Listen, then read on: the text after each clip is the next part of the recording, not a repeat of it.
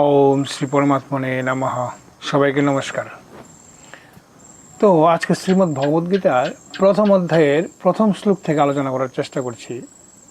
প্রথম শ্লোকটা রাজা ধৃতরাষ্ট্র সঞ্জয়কে বলছেন, ধর্মক্ষেত্রে কুরুক্ষেত্রে সমবেতা ইয়ুৎসবঃ মামকা পাণ্ডবাশ্চৈব কিম অকুর্বত সঞ্জয়। রাজা ধৃতরাষ্ট্র বলছেন সঞ্জয়কে, হে সঞ্জয়, কুরুক্ষেত্র নামক ধর্মক্ষেত্রে যুদ্ধ কামনার ইচ্ছা হেতু আমার পুত্রগণ এবং পাণ্ডুর পুত্রগণ সমবেত হয়ে কি করল।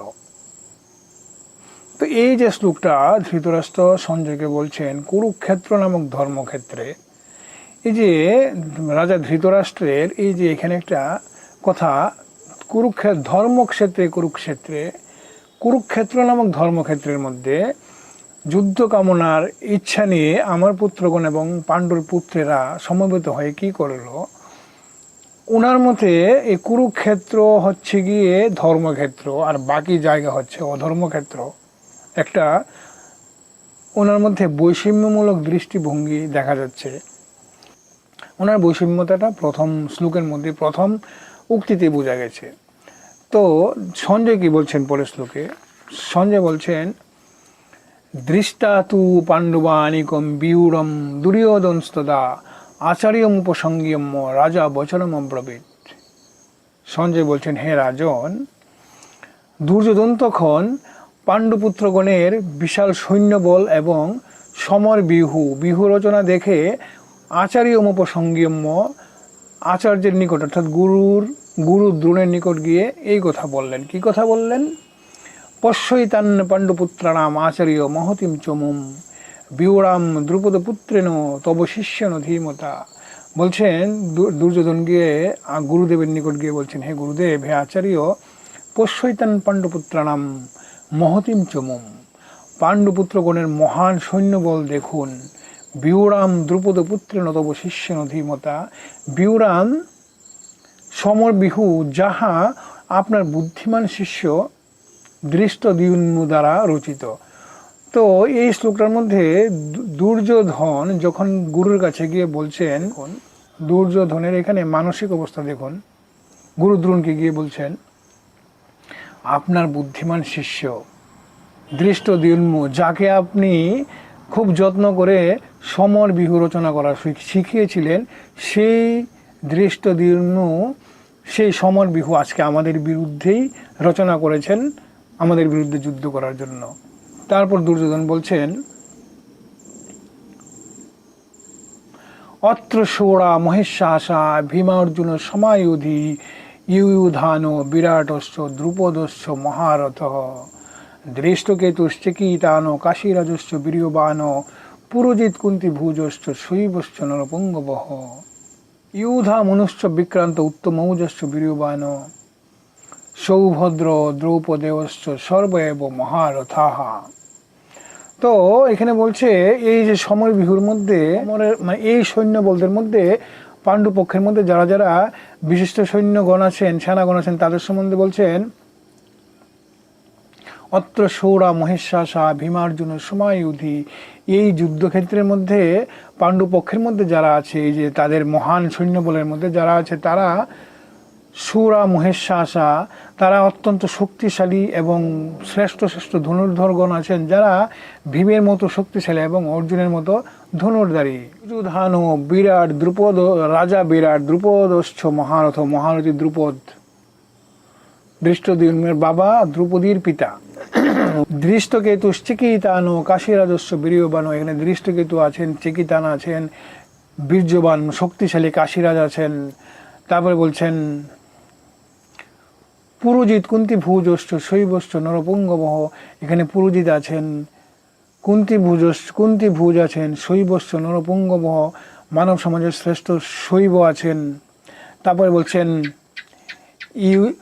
ইয়ুধা মনুষ্য বিক্রান্ত, অত্যন্ত শক্তিশালী ইয়ুধা মনু, উত্তমৌজাশ্চ বীর্যবান উত্তমৌজা আছে। সৌভদ্র দ্রৌপদেয়শ্চ, এখানে সৌভদ্রার পুত্র আছেন এবং দ্রৌপদীর পুত্ররা আছেন। সর্বৈব মহারথা, এরা সকলেই মহারথী। হে গুরুদেব, অস্মাকম তু বিশিষ্ঠা ইয়ে তার নিবুদ্ধিযুক্তম, আমাদেরও যারা বিশিষ্ট বিশিষ্ট সৈন্যগণ আছেন, সৈন্য নায়কগণ আছেন, তাদের সম্বন্ধে সম্পূর্ণভাবে জানার জন্য আপনাকে বলছি। ভবান ভীষ্মশ্চ কর্ণশ্চ কৃপশ্চ সমিতিঞ্জয় অশ্বত্থামা বিকর্ণশ্চ সৌমদূতি তথৈব চ। নিজের সেনা সম্বন্ধে পরিচয় দিতে গিয়ে প্রথমে বলছেন ভবান, আপনি নিজে, ভীষ্মশ্চ কর্ণশ্চ কৃপশ্চ সমিতিঞ্জয়, অশ্বত্থামা বিকর্ণ সমদূতির মতো যোদ্ধারাও আমাদের পক্ষে যুদ্ধ করবেন। গুরুদ্রোণ তো দেখছেন সবকিছু, তারপরেও গুরুদ্রোণকে এই কথা বলার মানে কি? পরের শ্লোকে বলছেন অন্যচ বহব সুরা মদর্থে ত্যক্ত জীবিতা নানা শস্ত্র প্রহরণা সর্বে যুদ্ধ বিশারদা। বলছেন অন্য আরো অনেক শূরবীরগণ আছেন যারা মদর্থে ত্যক্ত জীবিতা, আমার জন্য জীবন দিতে প্রস্তুত। নানা শস্ত্র প্রহরণা সর্বে যুদ্ধ বিশারদা, তারা নানা রকম অস্ত্র শস্ত্রে সুসজ্জিত, তারা সর্বে যুদ্ধ বিশারদা, তারা সকলেই যুদ্ধে পারঙ্গত, সকলেই যুদ্ধে বিশারদ। এই কথা গুরুদ্রোণের কাছে গিয়ে দুর্যোধন বলতে লাগলো। পরের শ্লোকে বলছেন অপর্যাপ্তম তদস্মাকম বলম ভীষ্মাভিরক্ষিতম, ভীষ্ম দ্বারা সম্পূর্ণরূপে অভিরক্ষিত আমাদের সেই বল অপর্যাপ্ত। পর্যাপ্তম তু ঈদমেতেষাম বলম ভীমাভিরক্ষিতম, ভীম দ্বারা সম্পূর্ণরূপে অভিরক্ষিত পাণ্ডবদের সেই বল পর্যাপ্ত। তো এখানে মনে হচ্ছে দুর্যোধন জানতো,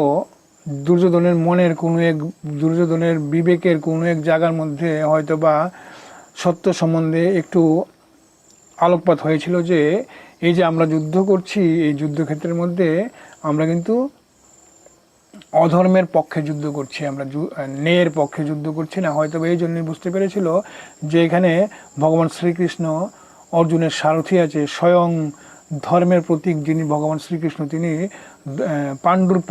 পাণ্ডবদের পক্ষে যুদ্ধে সামিল হয়েছেন, সেখানে জয় নিশ্চিত। ইহা হয়তো বা বুঝতে পেরে দুর্যোধন এই কথা বলেই ফেললো গুরুদ্রোণের কাছে গিয়ে, ভীষ্ম দ্বারা রক্ষিত আমাদের সেই বল অপর্যাপ্ত, আর ভীম দ্বারা রক্ষিত পাণ্ডবদের সেই বল পর্যাপ্ত, এই কথা বলেই ফেলল। তারপরে বলছেন অয়নেষু সর্বেষু যথা ভাগম অবস্থিতা ভীষ্মম এব বিরক্ষন্তু ভবন্ত সর্ব এবহি। সৈন্যদেরকে বলছেন, আদেশ দিচ্ছেন দুর্যোধন যে আপনার সকলেই যার যার বিহুপথে অবস্থিত হয়ে একমাত্র ভীষ্মকেই রক্ষা করতে থাকুন, কারণ ভীষ্ম হচ্ছে কি আমাদের সেনানায়ক, সেনাপতি, সেই জন্য ভীষ্মকে রক্ষা করতে থাকুন। 11 নম্বর শ্লোক পর্যন্ত প্রথম অধ্যায়ের আজকে আলোচনা করার চেষ্টা করলাম।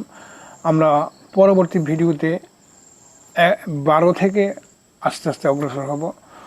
তো আধ্যাত্মিকতা সম্বন্ধীয় এইরকম ভিডিও পেতে চ্যানেলটাকে সাবস্ক্রাইব করবেন, ভিডিওতে লাইক কমেন্ট শেয়ার করবেন। দেখা হচ্ছে পরবর্তী ভিডিওতে, ততক্ষণের জন্য সবাইকে জয় গীতা, জয় শ্রীকৃষ্ণ।